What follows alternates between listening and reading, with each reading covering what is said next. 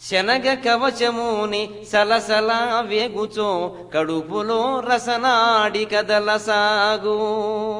శనగ కవచముని సలసలా వేగుచో కడుపులో రసనాడి కదలసాగు. వాడింకా మూకుళ్ళలోంచి బజ్జీ తీయకుండానే మన కడుపులో ఆ రసనాడి కదులుతూ ఉంటుంది. ఇక ఆ పైన తింటే ఎలా ఉంటుందయ్యా? ముక్క కొరికినంత ముల్లోకముల యాత్ర చేత కాసును లేక చేయగలడు.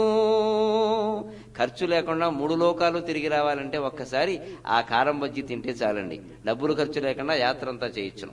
ఇక మిరపకాయ బజ్జీలో ఉండే గొప్ప తత్వం ఏంటంటే, ఎవరైనా డబ్బు ఖర్చు పెట్టేది ఆనందించడానికి కానీ ఏడవడానికి కాదు కదా.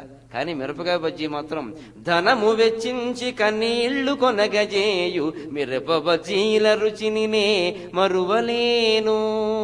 డబ్బిచ్చి కొని